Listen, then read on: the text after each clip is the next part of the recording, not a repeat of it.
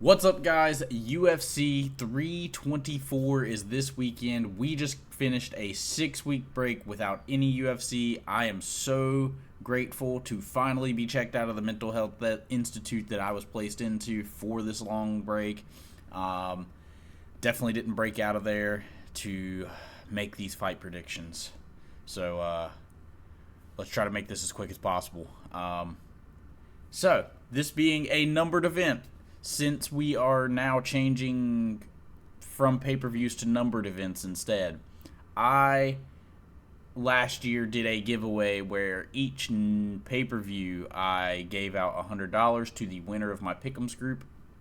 That's going to continue this year with the numbered events, but I just want it to be clear I'm looking to change how the prize structure works. I want it to be able to reward you guys a little better than I can or have been able to in the recency. Anyways, let's jump right into how you guys can make the $100 by joining just my Fight Picks group. So if you come to tapology.com/groups/2048, you can join Haw Man We Gonna Have a Day. That's my Fight Pick group. All you have to then do is do what we are going to do in this video, make your fight picks and save them, and then you'll be eligible to win $100 based on, your fight picks. So, our previous winner to the last event was Pac-Man77. He was the winner of the UFC 323 event. I still have to pay him out because we've had, Christmas holiday events going on here. So don't think that's not coming. But he has been the winner a few times. If you come down to the group page right here, you'll see winner of the weekly or winner of the pay-per-view cash prize. You'll just place your your Cash App information in there, and I will pay you out as soon as you win, or as soon as the next event starts. Alright, let's get into making our fight picks. So, we will start with the early prelims and end with the main event. Alright, we're going to start in the welterweight division. We've got Ty Miller versus Adam Fugit. So Ty Miller is a fighter from the Contender Series from this past year. He had a unanimous decision victory over his opponent in the Contender Series, who I'm not quite familiar with anymore. But, I just don't think Adam Fugit is really a UFC caliber opponent, or should not be. Although he has only had losses to good fighters in his past 5. He has lost to Michael Morales, Mike Mallet, and Islam Dulatov. All 3 reasonable fighters to lose to in the welterweight division. But you don't like seeing a fighter on, this kind of path. His record is very 50-50, so I could see him ending up pulling off his win here. But right now, I am going to go with Ty Miller by round 2 KO. I think that Ty Miller's power is going to, just be enough to really hurt Adam Fugit and end up getting him out of there. Adam Fugit not being one of the toughest outs in the division. Anyways, I'm going to try not to overthink this one too much. I normally don't like picking Contender Series fighters, but, especially against a UFC veteran, but we'll see how it ends up panning out this year.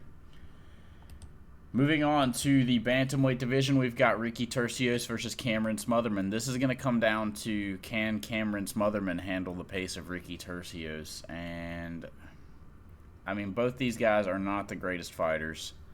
It's kind of a tough fight to call in that sense. I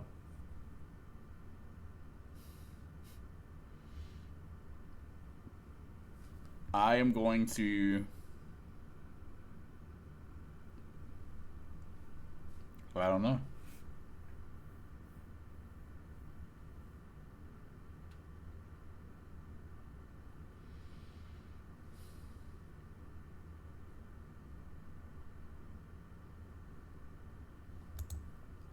I'm going to pick Tercios. I don't like the... Give me 1 second, guys. I got to spit real quick.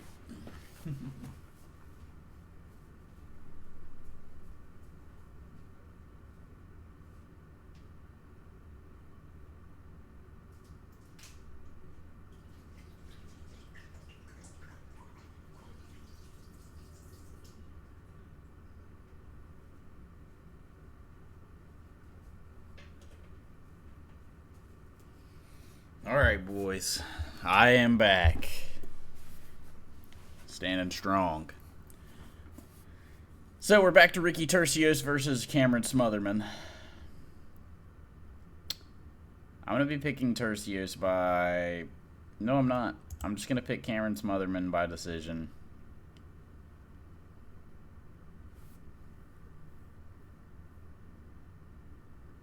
Ricky Simone... Sorry, City. You know what? Tercios by decision. We're not going to overthink yet again. Yes, it's an underdog pick. I do like this underdog, though. He pushes the pace. He's constantly in his opponent's face. This is more of a 50-50 fight anyways. I don't think really either of these guys are UFC caliber opponents. Moving on to the heavyweight division, we've got Josh Hokett versus Denzel Freeman. I like this fight. We've got a good old blob off. It's not one of the worst heavyweight fights we've ever seen, but I do think that the size of Josh Hokett's going to start to eventually give him some trouble at heavyweight, but maybe he bulks up a little bit. Right now, I've got Hokett by either round 2 KO or decision. I could see the slop fest heavyweight decision happening here. I mean... You know, it wouldn't surprise me.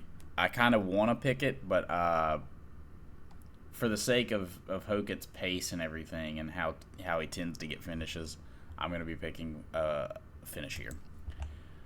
Moving to the lightweight division, we've got Michael Johnson versus Alex Hernandez. I'm going to be picking... Well, let's not jump right into it. I'm going to break down the fight a little bit. Michael Johnson, still fast for 30, 40 years old. Sorry, Lemon. We just... Alright, well, fine. Join me. Alright.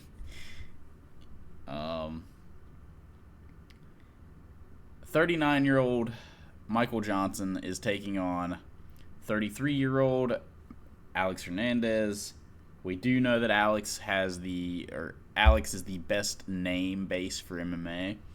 I'm going to be picking Alex Hernandez, and, you know, I'm not going to be picking him to subtly take out Michael Johnson. I think it's going to be a KO. I do think he's going to hurt him pretty bad and end up KOing Michael Johnson. I just don't see Michael Johnson's win streak as... Even though Alex Hernandez has came closer to losing in his past few fights, I do not think Michael Johnson's win streak is as credible. I'm going to be picking Alex Hernandez by round number 1 KO. Next, we've got, moving down to the flyweight division, we have Charles Johnson versus Alex Perez. So, in this fight, we have a guy in Alex Perez, who wins the fight until he loses. And then in Charles Johnson, we have a guy who loses the fight until he wins. I'm going to pick the winner here. There's a guy who typically wins his fights, although I can see Alex Perez giving Charles Johnson trouble. I do say this all with a joke. Charles Johnson typically loses until he wins, and Alex wins. Early on, he does very well. I could see him getting a submission early on.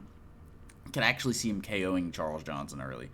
But I do think that this is going to end up being a decision victory for Charles Johnson. I think he's going to kind of do the same thing as he always does. He's going to lose round 1, and Alex Perez is going to start losing round 2 and 3. Anyways, let's move out of this fight and get right into Nikita Krylov versus Modestas Bukauskas. We're in the light heavyweight division. Modestas Bukauskas riding a 4-fight win streak, and Krylov on a 2-fight losing streak against Bogdan Guskov and Dominic Reyes, if I'm not mistaken, by KO, both. Yeah. Well, I think, same with one of the guys earlier, Michael Johnson, I think that Bukauskas' win streak here is kind of fraudulent. I don't think it's real. I think he lost to Kutelaba, beating Rafael Cicada. I mean, who hasn't KO'd him? Who hasn't KO'd Paul Craig?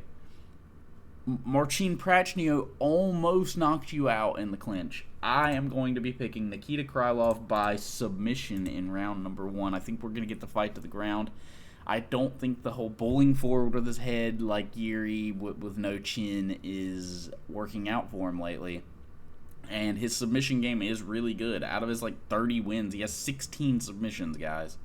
I'm going to be picking Krylov by round 1 sub, although his chin could be shot and Bukauskas could just KO him. But I don't see that happening as easily.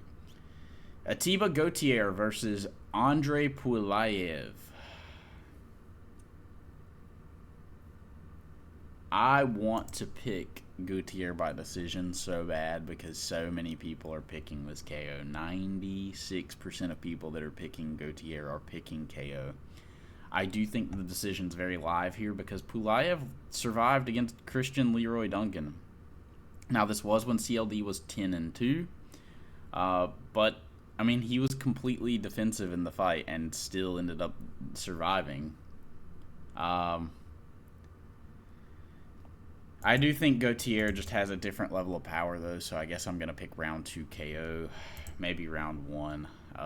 Although the Pulayev is pretty tough. I do rate that he survived against CLD pretty long.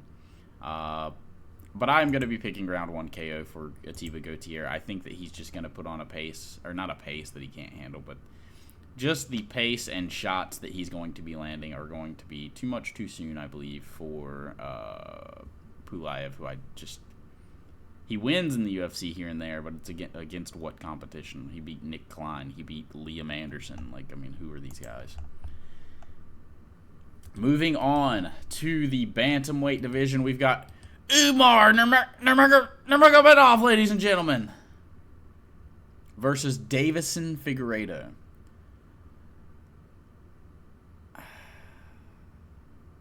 The odds just kill me here. Davidson could land a shot. It's 40-1 that Davidson KOs him too. I hate doing it. I'm going to pick Umar Nurmagomedov by decision. I think that Umar, in any time where he does get hurt, is going to get the fight to the ground. Figueiredo's submission game is good, but we all know that the cliff-dwelling Dagestani fighters tend to neutralize submissions pretty easily and just kind of hold position whenever they are in trouble of submissions. I think he's going to be able to get the job done. I actually think he's going to outpoint him on the feet pretty easily. I don't know why people aren't just immediately picking that. I think that Umar's way better on the feet than Figueiredo. Figueiredo has been extremely overrated on the feet only because of his knockout power. He doesn't have much set up, especially for him being a flyweight formerly. He does not set things up at all. He just wings big punches and prays that he hits you as he wades into range.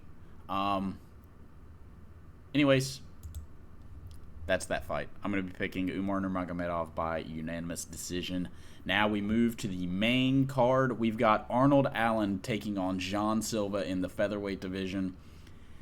This is an absolute banger. Arnold Allen on a 1-fight win streak right now versus Jean Silva, who has just lost his last fight to Diego Lopez.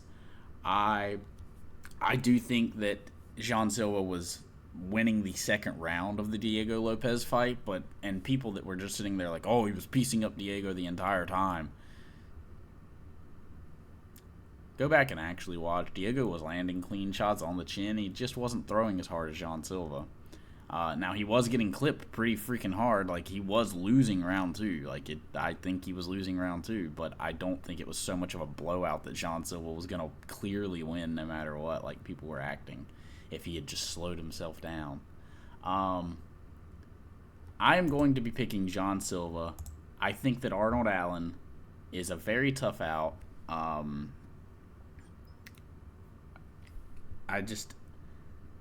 I don't know with the inactivity and the injuries how much Arnold Allen is going to be able to really withstand the striking level of Jean Silva. I do not think it's a first round finish. I think it's closer to round 2 or round 3. I could see round 3 finish being the way for Jean Silva here. Yeah. I'm going to pick round 3 KO for Jean Silva. I think that he will be able to... In the first round, I think it's going to be very close. I think Arnold Allen's going to make it very hairy, and people are going to think, like, holy shit, Arnold Allen is on a different level, and he can compete with these guys at this level, even though he is the higher-ranked fighter. Yeah, I think people are just going to kind of have forgotten the performance that he had against Max Holloway, just because of the unanimous decision victory over Giga, and it was a while back now. Anyways, I have Jean Silva winning by round 3 KO. Moving on to Rose Namajunas versus Natalia Silva. They put this on the main card, folks. The main card.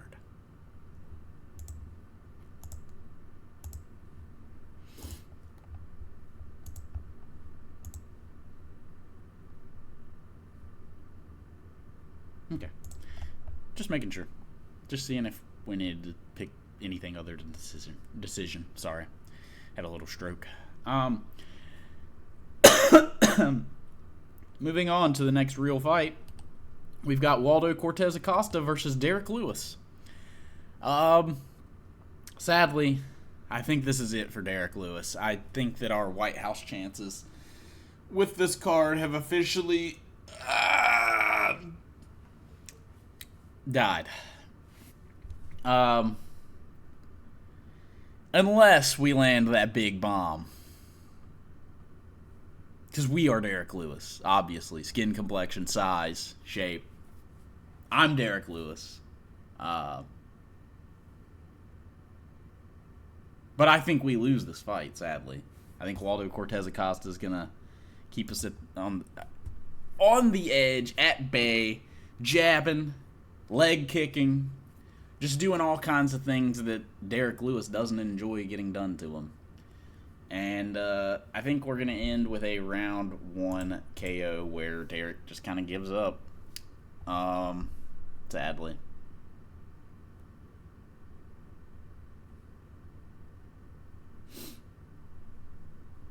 Yeah. Anyways, moving to the co-main event of the evening, we have Sean O'Malley versus Song Yadong. This is going to be a banger. You have a guy in Song Yadong who completely bulls forward, constantly wades into range, is very aggressive, likes to wing big hooks, versus Sean O'Malley, very elusive, on the edge, constant angular footwork, and loves straight shots and countershotting. I am going to be picking Sean O'Malley. I want to say by knockout.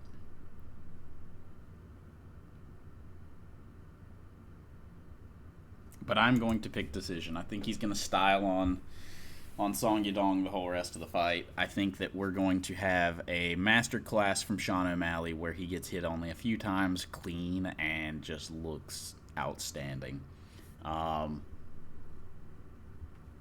don't think the grappling of Yadong really comes in here. I think the size of Yadong isn't really a problem. Yadong is a lot smaller than you would imagine.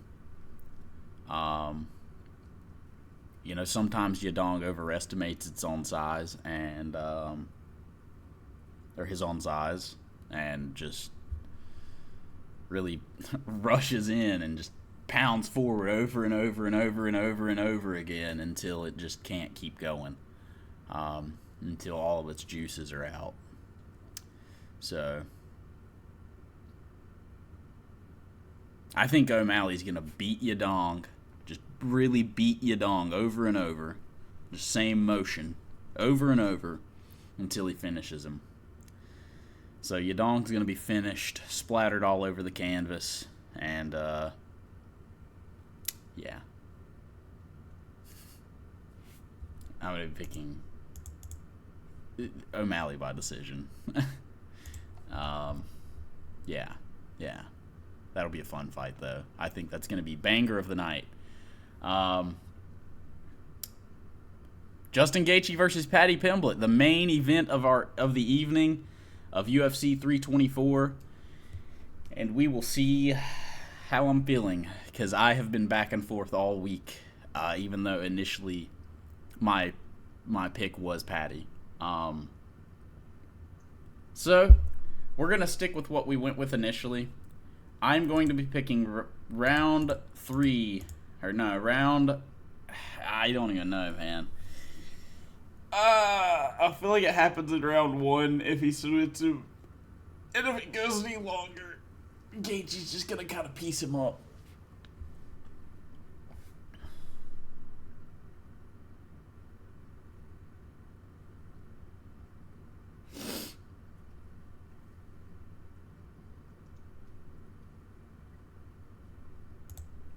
Round 1 sub for Paddy. Round 1 sub for Paddy. Alright, guys. I'm going to go back over my picks real quick. These are what I'm locking in. We have Paddy Pimblett by round 1 sub. Sean O'Malley by decision. He's going to beat you dong. Waldo Cortes-Acosta by round 1 KO. Natalia Silva by decision. Jean Silva by KO round 3. Nurmagomedov by decision. Gutierrez by KO round 1. Krylov by submission. Charles Johnson by decision. Alex Hernandez by KO. Josh Hokett by KO round 2. Ricky Tercios by decision. And then Ty Miller by KO round 2. So, whenever you guys save your picks just like this, as long as you are in my Tapology group, you officially have entered to win $100 if you end up winning our group like Pac-Man77 did on UFC 323. Please, guys, join the Tapology group. Like, comment, subscribe. It only helps you guys out to join the Tapology group. You guys can win money as long as you have a CashApp account and make a Tapology account. Join my group. I'll link that down in the description. And anywhere else I can, I'll put it in the comments, description. Guys, join the Tapology group. It's the only way you guys can make money off of my channel. And it gives you guys something to interact with. It gets to show you guys, hey, y'all are better than me at making picks. Or not. Anyways, guys, have a great day. And I will catch y'all for the Fight Companion Saturday for the fights that we are finally back for after our 6-week break. Let's go, boys. Sorry, taking a second to turn off the video.